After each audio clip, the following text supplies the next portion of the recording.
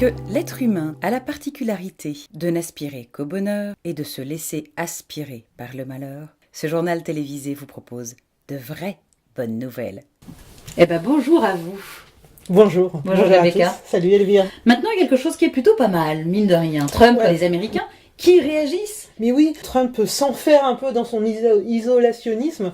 Finalement, ça soude à la fois la société américaine et puis le monde entier. Je pense à l'Inde, par exemple, qui serre les rangs, la Chine, pareil. Et puis, il y a des États, New York, Californie, Washington. C'est une alliance pour le climat, pour s'opposer aux décisions de ce président. Michael Bloomberg, qui est donc l'ancien maire de New York, qui promet à l'ONU 15 millions de dollars contre le changement climatique, puisqu'il dit les Américains vont honorer, respecter l'accord de Paris. Il n'y a rien que Washington puisse faire pour nous arrêter. Un beau message. Ouais. Voilà, on en a en fait des beaux messages. Donc Trump peut tourner le dos à la planète, nous on s'en fiche, on tourne le dos aussi. Nous avions... On ne le mettra pas dans la baignoire. Il ne viendra pas avec nous dans la baignoire, exactement. Merci Rebecca. Puis on peut lui dire bon courage. Oui, bon là, courage. Oui, ça a du sens. Trump, on n'est pas avec toi. Bon courage. J'ai croisé mon voisin. Charles, bon, on échange des trucs comme ça, rapidement. Les banalités du voisinage. Et puis tout d'un coup, il s'en va et puis il me dit allez, hein, bon courage. Et bon courage.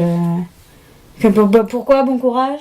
J'entame ma deuxième journée de boulot avec mes filles, le rangement des jouets qui étaient là par milliers, la vaisselle qui s'entasse, le linge qu'il faut ramasser puisqu'on l'a fait sécher, parce que je vais enfin ouvrir la porte de chez moi et que au lieu de m'affaler mollement dans mon lit, il va falloir que je fasse tout ça, c'est ça? Bon courage. J'ai aussi mes petites préoccupations éducationnalesques, préparation de cours, correction de copies, la charge mentale, voilà. Quand on y pense, pourquoi on cherche à tout prix à se donner du courage? C'est quoi l'affaire là? Est-ce qu'on pourrait pas seulement se dire bonne journée? Parce que là, bon courage, c'est un bonne journée dénaturée, c'est un peu amer, Moi j'étais contente de rentrer chez moi, j'étais contente de passer du temps avec mes petites poulettes. Oui, bon courage, mais moi j'ai la chance de faire un boulot qui me plaît, j'ai 2 petites poulettes super rigolotes. Bon, le linge, c'est pas grave, mais moi j'étais contente de rentrer chez moi, j'étais contente de passer du temps avec mes filles, plutôt que de les laisser à une nourrice. Je suis très contente qu'il y ait des nourrices sur Terre, mais j'ai de la chance de les avoir à la maison. Donc, ce bon courage là, c'était comme un morceau de poivre là, vous savez, tu croques un truc super bien épicé, et là tout d'un coup, tu te tapes ce morceau de poivre qui t'arrache les papilles. Ça gâche les saveurs, ce bon courage. C'est le caillou dans la méduse, la chaussette de tennis qui pue, c'est le grain de framboise qu'on a là entre les dents, on a mangé plein, puis personne te dit, enfin, c'est pas hyper grave, mais ça dérange, ça déplace le propos. Alors arrêtons de se souhaiter bon courage, s'il vous plaît. Souhaitez-vous une belle journée, une bonne réussite dans votre activité. Et ôtons les méduses et les chaussettes et les grains de framboise, et puis mettons nu et allons-y. Oui, voilà. Alors c'est bien, mais pas tout de suite. Merci beaucoup. Ah tiens, tu sais, il y en a un qui est pas mal dans les folies. Terry Gilliam. Alors lui, il en a eu du courage. Il en a du courage, lui. Il fait même de la persévérance. 17 ans, mais il a quand même fini par y arriver. Mine de rien, 17 ans pour faire son Qui a tué Don Quichotte. Ça, c'est un petit bonheur. Et c'est un super sujet. Et je sais pas si tu as eu l'occasion de voir le documentaire sur Lost in La Mancha, qui est absolument magnifique. Une leçon. Merci Terry Gilliam. En attendant, je vais faire revenir Rebecca. Merci Christelle. Dans les actualités, on voulait parler d'un rapport à la technologie, il me semble. C'est ça, un petit voyage en Afrique du Sud. Alors d'abord, Elvire, 2 questions. Si je te dis drone, à quoi penses-tu? Toutes ces actions militaires et tout ça, non? Ouais, oui, moi aussi, c'est à ça que je pense au début. Puis si je te dis intelligence artificielle. Alors l'intelligence artificielle, écoute, oui évidemment Spielberg, mais à part ça, c'est tout ce qui est robotique, c'est tout ce qui est... c'est dans la nouvelle technologie, quoi. Moi, j'ai une belle initiative positive, porteuse de résultats d'impact positif sur notre planète. C'est porté par une fondation qui s'appelle la Fondation Lindbergh. Donc ça se passe en Afrique du Sud. Et figure-toi que cette fondation a eu la bonne idée d'associer drones et intelligence artificielle pour protéger la biodiversité et les éléphants et les rhinocéros en particulier. Donc le principe, il est assez simple. Ce sont des drones qui sont équipés d'une intelligence artificielle qui sait reconnaître des braconneurs et les éléphants et les rhinocéros. Donc avec cet outil de reconnaissance, dès qu'ils repèrent sur un périmètre donné des braconneurs pas trop loin de rhinocéros ou de beaux et élégants éléphants, eh bien elle envoie en temps réel les informations aux gardes forestiers qui interviennent immédiatement sur le site. Et figure-toi que cette expérimentation, elle a des résultats hyper positifs. La Fondation Lindbergh a vraiment l'intention de développer cette opération qui s'appelle Air Shepherd, donc les bergers des airs. Voilà. D'accord, pas mal. Ouais, Ça me fait un lien avec tes bœufs, non? Oui, Enfin, c'est pas spécialement tes bœufs, excuse-moi. Mais je crois que c'est ton éleveur exactement. de bovins qui a des petites trouvailles assez extraordinaires pour améliorer la qualité de vie de ses bêtes. Et sa qualité de vie à lui aussi, je crois. Oui, il le dit, c'est indissociable. Je propose qu'on aille ensemble voir. Exactement. Rencontrer François-Xavier, sa ferme s'appelle Le Petit Clos Normand. Eh bien, on va chez François-Xavier Craquelin. Craquelin, exact. De la baignoire au grand bain, il n'y a qu'un pas. Le grand bain se pare aujourd'hui des couleurs de la Seine normande et du Pays de Caux. Mais je vous propose de zoomer encore un peu, du côté de Villequier. Enfin, désormais, la commune rive en Seine. Zoomons encore un peu, le hameau des Coudreaux. Nous y voilà, dans la ferme de François-Xavier Craquelin que nous allons rencontrer dans quelques instants pour découvrir les petits bonheurs à la ferme. Allons-y. Si je te dis le mot bonheur. Apaisement, sérénité, bien-être. Alors tu as prononcé le mot de bien-être. Qu'est-ce que ça veut dire? C'est celui... Le bonheur de la famille passe avant tout. Et après, effectivement, en tant qu'éleveur, le bien-être des animaux, c'est important. Et pour moi, il est indissociable du bonheur de l'éleveur. Alors là, j'ai envie de dire chut. Parce que quand même, on est tout proche de tes animaux, il y a de la musique. Alors, qu'est-ce qui se passe? Qu'est-ce qui se passe? On leur a mis de la musique parce qu'on trouve que c'est vraiment agréable de bosser en musique et puis qu'on voit que sur leur comportement, c'est plutôt positif. Donc on retrouve cette idée de bien-être de l'éleveur et des animaux, des bêtes. Bien sûr, comme je te disais, c'est indissociable. Tu peux pas parler de bien-être animal sans parler de bien-être de l'éleveur, à mon avis. On les aime, les animaux, ça se ressent sur eux. François-Xavier, je vois là derrière toi un autre objet qui m'intrigue un peu. Est-ce que tu peux me dire ce dont il s'agit? Alors c'est une brosse, c'est des brosses automatiques qu'on commence à voir un peu dans les élevages aujourd'hui. L'idée c'est qu'effectivement les animaux, ça les détend d'aller se brosser dessous, se frotter dessous. Ils ont des sensations, un animal qu'on caresse, il aime bien ça. Quand tu leur caresses sur la tête, ils aiment bien ça. Et la brosse c'est pareil, ils aiment bien se brosser. Et c'est une sensation qui, au-delà de l'aspect bien-être, c'est aussi une façon de travailler sur la circulation du sang et pour eux c'est bon quoi, hein, le massage c'est bon pour la santé. Alors, ce bien-être justement François-Xavier, ce qui m'interpelle c'est que finalement est-ce qu'il s'achève lorsque aux portes en fait de ta ferme, parce que ces animaux ils sont là pour de la viande in fine, donc on fait un métier un peu maso quand même, hein. Faut pas se leurrer, on élève des animaux, on essaye de le faire le mieux possible et après on les emmène à l'abattoir. Donc déjà c'est vrai qu'il y a pas un choc psychologique, mais il y a un petit blocage qui se fait, quoi, hein. Après nous, on aimerait bien que le travail qu'on fait dans la ferme, il se prolonge le plus loin possible, et pour l'animal, et pour la qualité de la viande. Quel petit bonheur peut-on te souhaiter, François-Xavier? Quand tu vois la crise que traverse l'élevage aujourd'hui, mon petit bonheur, ça serait peut-être que tout le monde vive un peu les mêmes choses que nous, les mêmes sensations. Ce serait pas mal, ouais. C'était Rebecca Armstrong en direct du Grand Bain. À vous, la baignoire.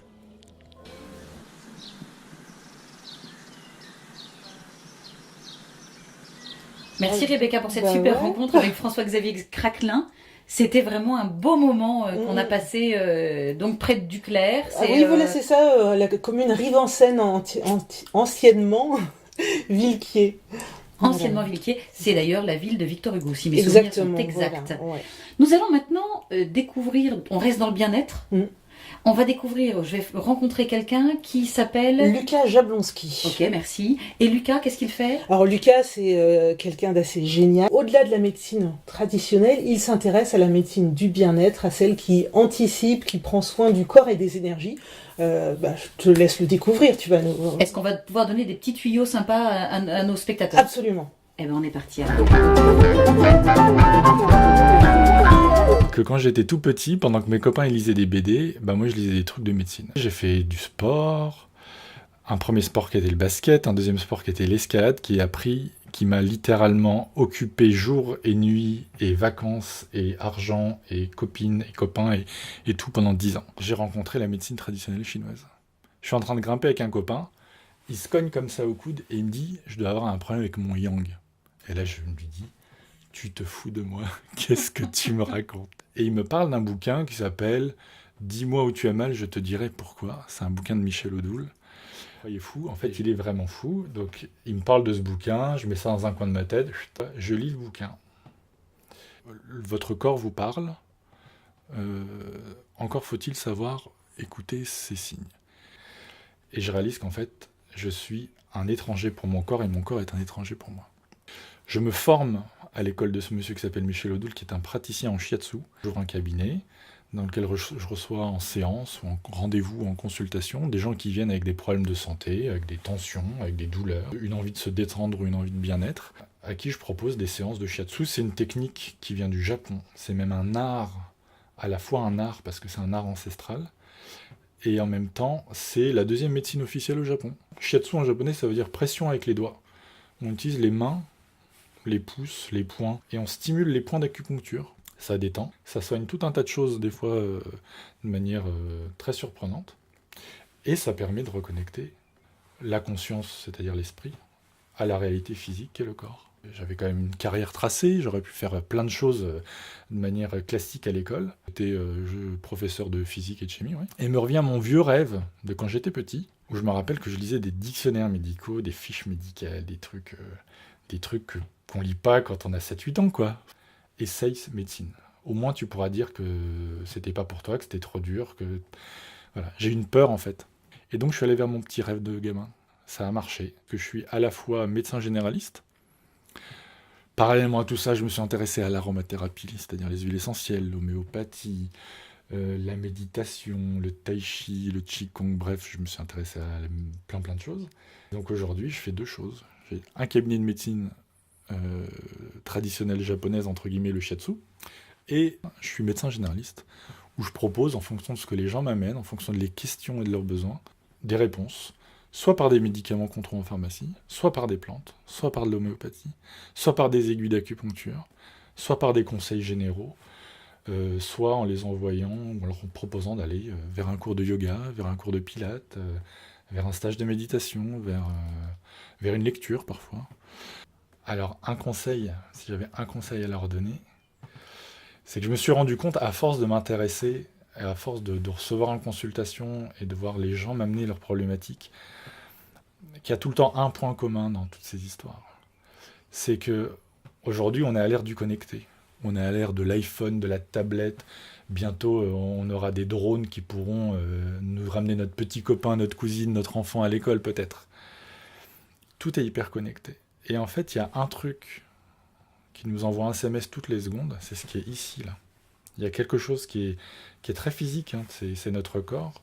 Et ça nous informe toutes les secondes par quelque chose qui s'appelle l'émotion, qui est quelque chose de subtil et qui est très palpable en même temps, de où j'en suis. Où j'en suis de mes besoins. Est-ce qu'ils sont nourris? Est-ce qu'ils sont pas nourris? Est-ce que j'ai une carence? Et donc le conseil que j'ai à donner, ce serait peut-être de simplement se reconnecter. Alors ça, moi quand il y a 10 ans on me disait reconnecte-toi à ton corps, je disais je vais me reconnecter à mon corps. Et en fait je disais t'es bien gentil Coco, mais comment tu fais?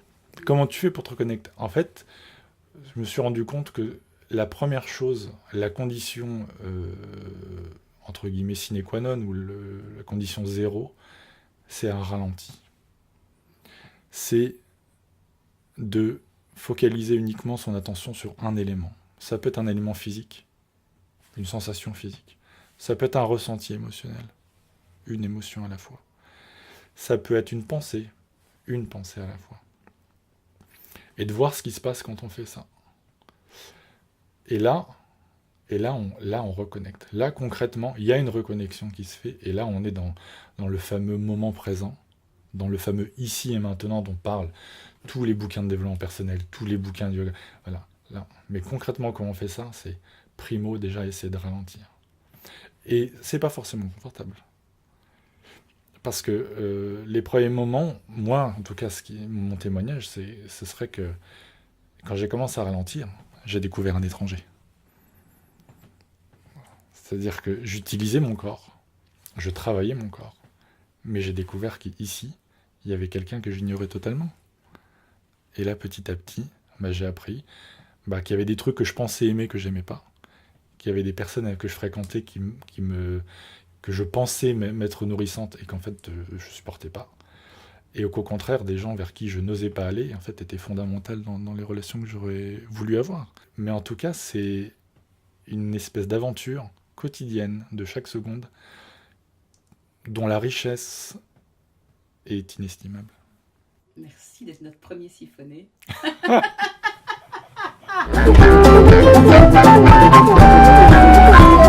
Notre monsieur météo, est-ce que tu as été un petit peu voir quel temps il allait faire là, dans le courant de la semaine prochaine? Non, pas vraiment, en fait, parce que je voulais mettre l'eau. Oui. Donc j'étais plutôt dans mettez l'eau, et Oui. j'ai été demandé aux gens savoir si ils allaient espérer qu'il pleuvrait, qu'il fait beau temps. J'espérais l'eau. Ok. Merci Mathieu. Et je chante pour les petits chats, les chiens cabois, les oies, les rats, les pandas, les pumas pour moi car ça me fait plaisir. Et je chante aussi pour toi, je chante aussi pour toi qui va cacher à la main. Alors, monsieur le poney, quel temps fera-t-il demain? Pensez-vous qu'il fera beau? Il a dit oui! Et je chante pour les petits chats, les chiens cabois, les oies, les rats, les pandas, les pumas, les lamas. Et pour moi que ça me fait plaisir. Et je chante aussi pour toi, je chante aussi pour toi qui a marché sur un bois. Ah, super! Ah, j'avais exactement le même quand j'étais petit. Normalement, il doit faire beau. Normalement, il doit faire beau. Oui, parce que j'ai prévu de faire un tour en moto, donc il doit faire beau. Et je chante pour les petits chats, les chiens cabois, les oies, les rats, les pandas, les pumas, les lamas, les boas pour moi car ça me fait plaisir. Et je chante aussi pour toi, je chante aussi pour toi qui s'est fait. Alors pour demain, il va faire très très beau. Il paraît qu'il va faire 22 degrés à peu près. Donc j'espère que le temps ne va pas changer. C'est moi, promis papa, j'ai déjà entendu ça. Au moins le petit chat, bon d'accord. Mais c'est bien la dernière fois. Alors, voyons voir. Bleu, il pleut. Jaune, il fait soleil. Il pleut à l'est et à l'ouest. I don't want to set the world on fire. J'ai pas envie de foutre le feu au monde. I just want to start